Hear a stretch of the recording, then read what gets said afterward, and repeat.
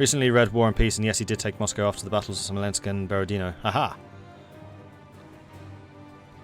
Okay, so that is France. Let's talk Genoa. So as we have seen, Genoa has scarpered from his native territories in Italy.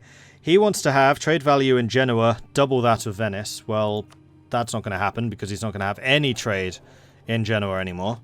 So that one's a fail. He needs to have 20,000 ducats in the treasury. And he only needs to achieve this once. Currently he has 433. He did say to me as a player, like, that one's going to be very difficult to me because I like spending money.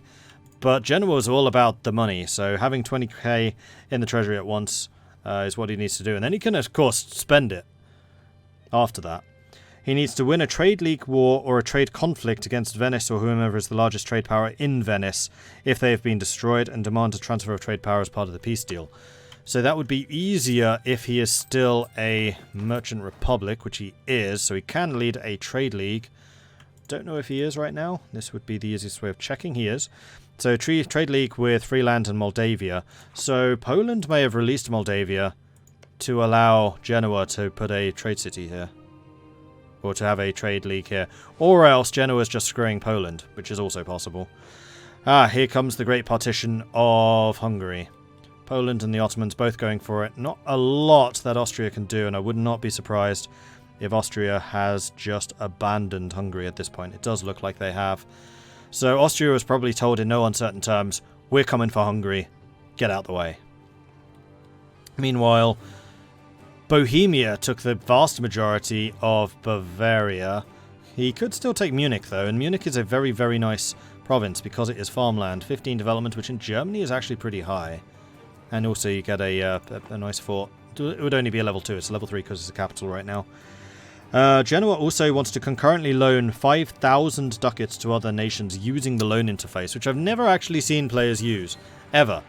But if you are playing as a nation, you can actually do the diplomatic thing, which is down here. Loan offer. And you can loan people money.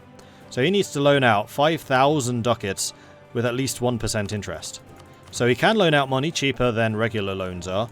And it doesn't necessarily need to be paid off back, though losing 5,000 ducats like that would suck to not have paid back. But Genoa was famous for its banks. Genoa basically was the home of the earliest banks. Not actually, I don't think they were actually the earliest, but they were definitely known for their counting houses. And then finally, Genoa wants to have 12 merchants, which was going to require either trading companies or colonial nations to achieve. So I wonder if Genoa is going to go for the trade companies and try and get into India. I don't know.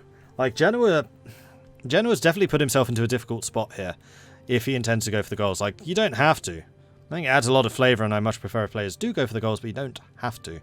Okay, so Poland looks like they've just pieced out. If we go to the diplomatic map mode, we can see what they don't have cores on. So they don't have cores in these 3 provinces. They did take a little bit from the Hungarians. Then I suspect that the Ottomans are going to grab another whole chunk of this territory. Yeah, I tried doing a loan game with the AI as a merchant nation. Too bad they never take it. Yeah, the loans could definitely do with a little bit of tweaking, because it's a really cool idea, but it just hasn't happened. Have I thought about playing Steel Division 2 campaigns? I have. I'd like to. I don't currently have the game. Because Steel Division did a weird thing where they sent us the betas, but not the full game, and now the betas are over. And the betas were in like super specific times, and I was never around when they were doing the beta tests. I'll need to double check it, but I'm pretty sure that's the case. Having a trade republic near Russia is interesting. Yeah, this is going to be interesting. This might well be their plan, is to basically be the counting house for Muscovy. I mean, Russia is going to be pretty big. They do have opponents. Poland and Sweden in particular want to see the fall of Muscovy and possibly the Great Horde, who has actually expanded, by the way. AI Great Horde doing okay. But Muscovy is Muscovy, and I suspect they are beyond the point where they can be effectively stopped.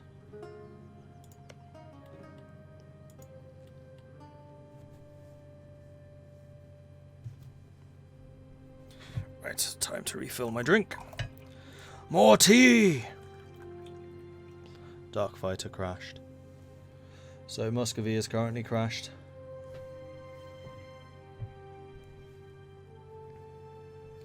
Okay, so I think that was a fairly decent talk about Genoa. I just want to go and take a look to see who all of these guys are fighting. So, Aragon is currently fighting against Brittany, Brabant, Clèves, Cologne, Flanders, Liège, Oldenburg. This is the coalition war. Castile did join him this time. I don't know. Castile is also making some questionable diplomatic decisions. Like bailing on Aragon during the war against France, but then sticking by them for the coalition even though Aragon's now a 2-province minor. Oh no, he's got a few provinces in Africa. He's a 4-province minor. He's the size of Granada. We've got Dr. Coxon in the Papal States currently fighting against Naples. Hold on, Naples is protected, isn't he? Naples is not protected. New Haven has not shown up for 2 weeks concurrently. Nope, this is good to go. You are allowed to do this. So the Pope actually playing a pretty good game. I'm pleased with how the Pope is doing here. Then we have Ottomans. Ottomans currently fighting against Hungary. Obviously, that is just finishing this up. So it'll be kind of curious to see what territories they take. Transylvania still being independent. I wonder who's going to grab that. Either Poland or the Ottomans. I'm not sure. Then we have Ethiopia fighting against Wasangli War of Independence. So some of the Ethiopian rebels have made their demands and are now trying to get independence. And it doesn't look like Ethiopia has a particularly sizable army. They have 9,000 men. I suspect most of those are going to be... Oh no, they are actually regulars. I was expecting, oh there they are, them to be mercenaries. Wasangli is pretty small, so I don't really see them having much of a chance here, though. Okay. Then we've got Maurici, who is also fighting against Naples. So this is probably on behalf of the Pope. Is Holland allied to the Papal States? Holland is allied to Cologne, Saxony, Trier, and the Papal States. So yes, the Pope playing a good diplomatic game. Has a lot of allies, which is definitely a good move. And the Dutch also playing a very good game, actually. Like, I haven't talked much about the Dutch here, but I've been very impressed with them so far. Like, Holland... sounds like it should be an easy game, but in reality isn't, especially when you're in a multiplayer where you've got a neighbouring Cologne, Trier, Denmark, Burgundy, and England, all players, and you start in a personal union under the Burgundians. The early war against Burgundy was slapped down. I think Holland was fighting on the Burgundian side. I don't think that was a backstab, so Holland didn't earn themselves any, like, negative points from betraying their overlord. But since then, they've just been very quietly expanding, taking the territories around them, and basically getting the territories they need, I think, to form the Netherlands. So if we just go over to Holland, and then the decisions, we can see precisely what they still require. And they just need admin 10. They've already got all the provinces they need for the Netherlands, so we are probably going to see a Netherlands at some point, unless somebody tries to stop them. And I believe that's even one of his goals. Holland... Where are you? There you are. Form the Netherlands, their first goal.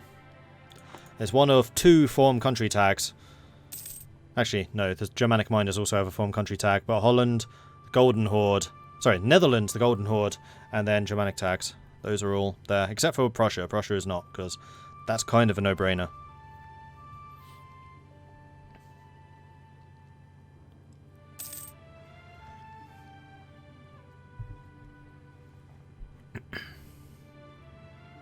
England doesn't need its heavy ships, though. They just need 1,000 ships. True, but England without heavy ships is super vulnerable. I don't know if he makes a steppe general work. He can make the game really interesting. We'll see. It could be that he's basically going for the Silk trade route. Although now that there's a player Great Horde, that is going to make that more difficult. Although if the Great Horde still has technical issues for next week, then Great Horde's not going to be protected and you can take it. Because Karakanulu is a player, Poland Lithuania is a player, Muscovy is a player, Ottoman's a player. Where else is he going to go? He's basically cut himself off from the colonial game. Because from here at least he could eventually reach the Americas. If he went east, he could get around to India, but he's about as far away from India as it's possible to be in the Mediterranean. So I do think that Genoa has just made this very difficult for himself. Right, Florence. Florence is currently fighting against Milan, Augsburg, Baden, and Naples. I was wondering when Val would go for Milan. This was I would say, fairly inevitable. I think that he wanted to get Milan so that he could then build Milan up, because it's going to be such a cheaper province to dev up than Florence, to get that 100%, or 100 dev province that he wants to get.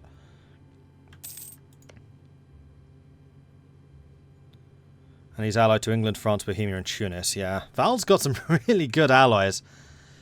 And he is a merchant republic, so he also has a trade league. This is Darkfighter rejoining, this is Muscovy. Alright, well, while that's going on, let's talk about Holland, which is actually the next one on my list. So Holland's first goal is to form the Netherlands. We've already talked about that. He's got everything he needs except for admin 10.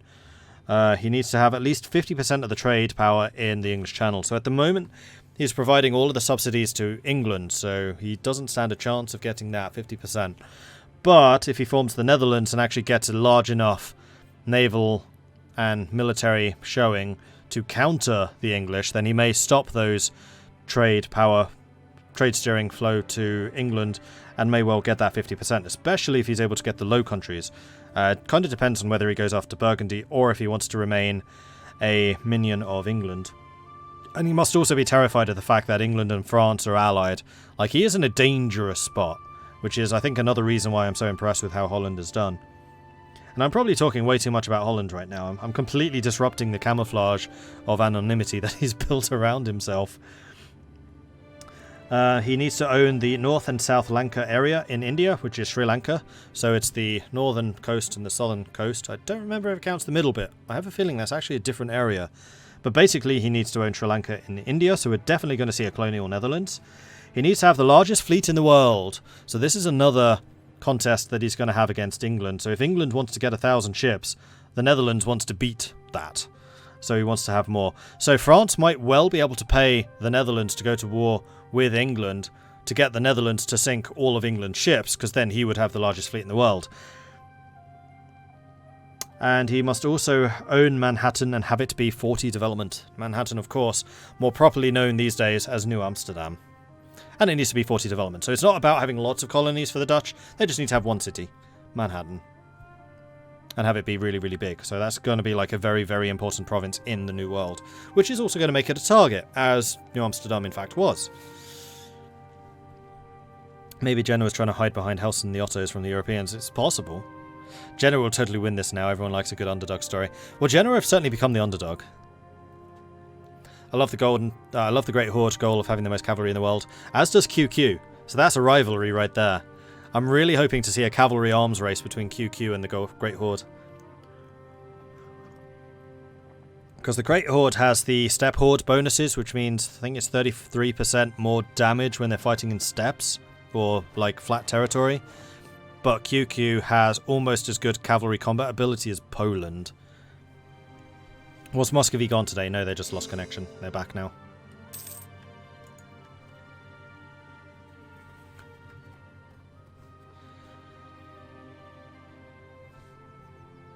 Alright, which other goals do we have? Hungary! I'm not really sure this is relevant anymore, seeing as Hungary is rather reduced in size. And now the Ottomans are definitely encroaching upon European turf, and I wonder if this is going to be ringing alarm bells for anyone. The Ottomans now the second greatest nation in the world, some way, 100 development ahead of France right now, and actually only just behind Ming. Like, they've done quite an impressive job of getting territory. France in third place, Muscovy in fourth, Poland in fifth, Timurids in sixth, England in seventh, and then Denmark in 8th. And actually Denmark being 8th is pretty good, considering they don't have Sweden anymore. They do still have Norway, but not Sweden. Legrand, thank you very much for the follow. Welcome to the channel. Good to see so many of you here today, by the way. It's awesome. I like that this series is doing well. And it's also doing really well on YouTube, so hello YouTube. I know there are a few of you watching.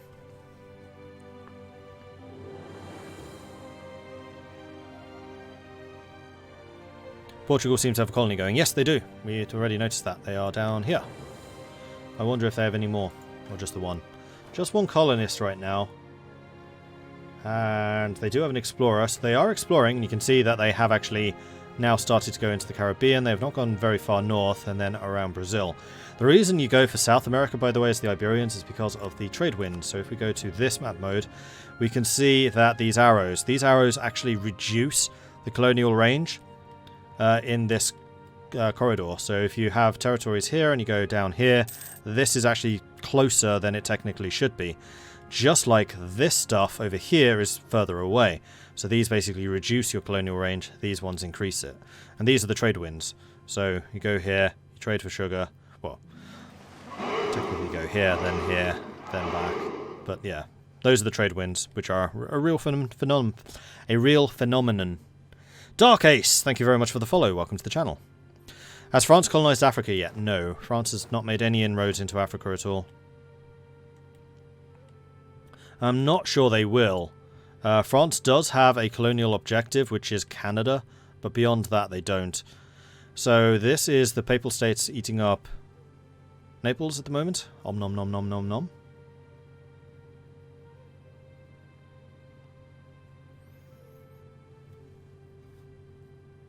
What map mode shows the trade winds? It's the colonial map mode. It's the same one that shows you where you can reach. And if you hover over it, you can actually see the description. Oh, it also affects trade range. That I did not know. So I must admit, I am curious. What colonial thing did you choose? Was there? They have gone for native repression. Really? So natives are more likely to attack, but you do get that plus 20 global settler increase. So Portugal is just trying to get boots on the ground in the colonies. They're just trying to build up the colonies as quickly as possible. They don't care if they're going to be particularly efficient, which is what the native trading policy does, and they don't care that they need to send troops, which is what native coexistence policy removes the requirement for. So they are just sitting here, 2,000 men, 2,000 infantry, which is more than enough, and they're building it up. And this is gems. Good grief, you got lucky. That's an amazing province. For development from the start, gems. These are Portuguese cultures. They're not doing the export minorities. In fact, I don't think Portugal even has minorities to export. Oh no, they could do from Africa. But no, they've just made it Portuguese. What are the trade winds like in Pacific? I don't think there are any. I think it is literally just that bit. We can look around.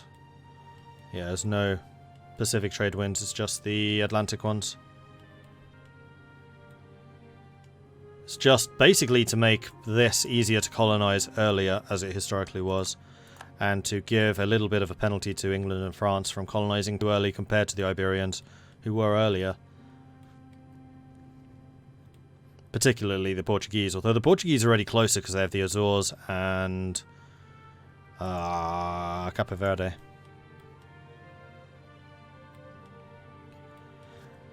Alright, let's do our quick check to see who everyone is fighting against. They are now fighting against Baden, Provence and Lorraine.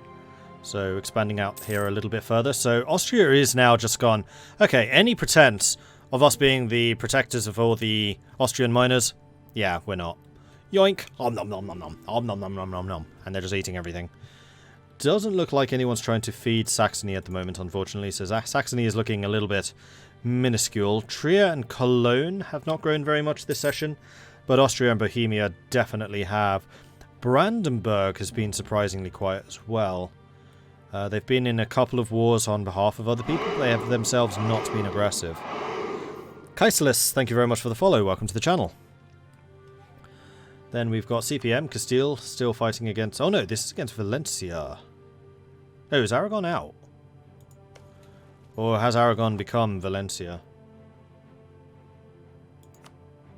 Nope, they must have separatist.